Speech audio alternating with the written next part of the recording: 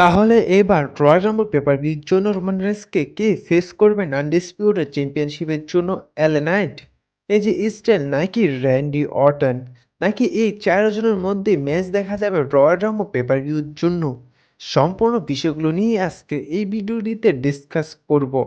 আপনারা গত স্ম্যাকডাউনে যে মুভটা দেখেছিলেন যে সে জায়গায় এসেছিল LA Knight, AG style, Randy Orton. তারা সে জায়গায় বলতে থাকে যে কে রোমান রেইন্সকে ফেস করবেন রয়্যাল রাম্বল পেপার-ভিউর জন্য।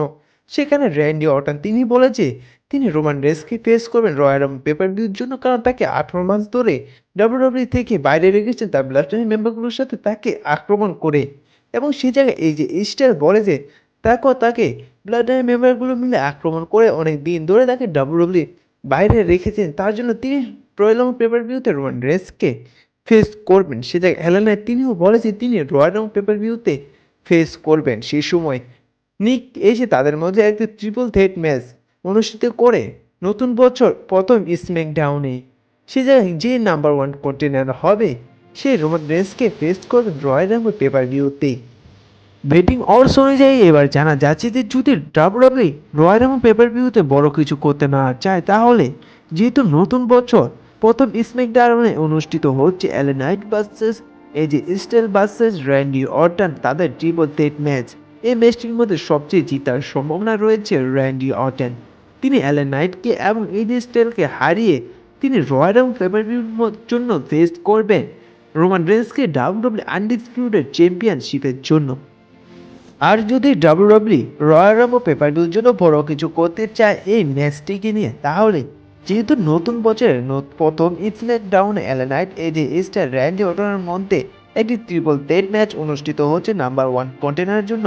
আর এই ম্যাচটি শেষ হতে পারে সাধারণত ডিসকোয়ালিফিকেশনের মাধ্যমে।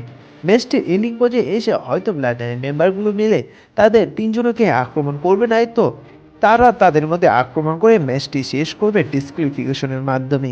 হয়তো ডাব্লিউডাব্লিউই অফিসিয়ালিভাবে কনফার্ম করে দিবে যে এদের ম্যাচটি রয়্যাল রাম্বল অনুষ্ঠিত হবে 4 জনের মধ্যে। সে জায়গা হবে Roman Reigns versus AJ Styles versus LA Knight versus Randy অর্টনের মধ্যে ডাব্লিউডাব্লিউই আনডিসপিউটেড চ্যাম্পিয়নশিপের জন্য। কিন্তু ব্যাটিং অডস অনুযায়ী জানা যাচ্ছে যে এবার রয়্যাল রাম্বল পেপার-ভিউর জন্য এই 4 জনের মধ্যে ম্যাচ দেখা যাবে ডাব্লিউডাব্লিউই আনডিসপিউটেড চ্যাম্পিয়নশিপের জন্য, এবং তাদের যে ট্রিপল থ্রেট ম্যাচ অনুষ্ঠিত হচ্ছে সেই ম্যাচটি শেষ হবে ডিসকোয়ালিফিকেশনের মাধ্যমে। তারপরে ডাব্লিউডাব্লিউই অফিসিয়ালিভাবে কনফার্ম করবে তাদের রয়্যাল রাম্বল পেপার-ভিউর জন্য তাদের ম্যাচটি অনুষ্ঠিত হবে এই 4 জনের মধ্যে ডাব্লিউডাব্লিউই আনডিসপিউটেড চ্যাম্পিয়নশিপের জন্য।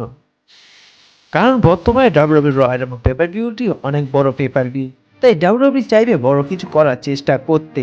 আর এই ম্যাচটি যদি অনুষ্ঠিত হয় 4 জনের মধ্যে ডাব্লিউডাব্লিউই আনডিসপিউটেড চ্যাম্পিয়নশিপের জন্য, তাহলে রয়্যাল রাম্বল পেপার-ভিউর জন্য একটি বড় ম্যাচ হবে।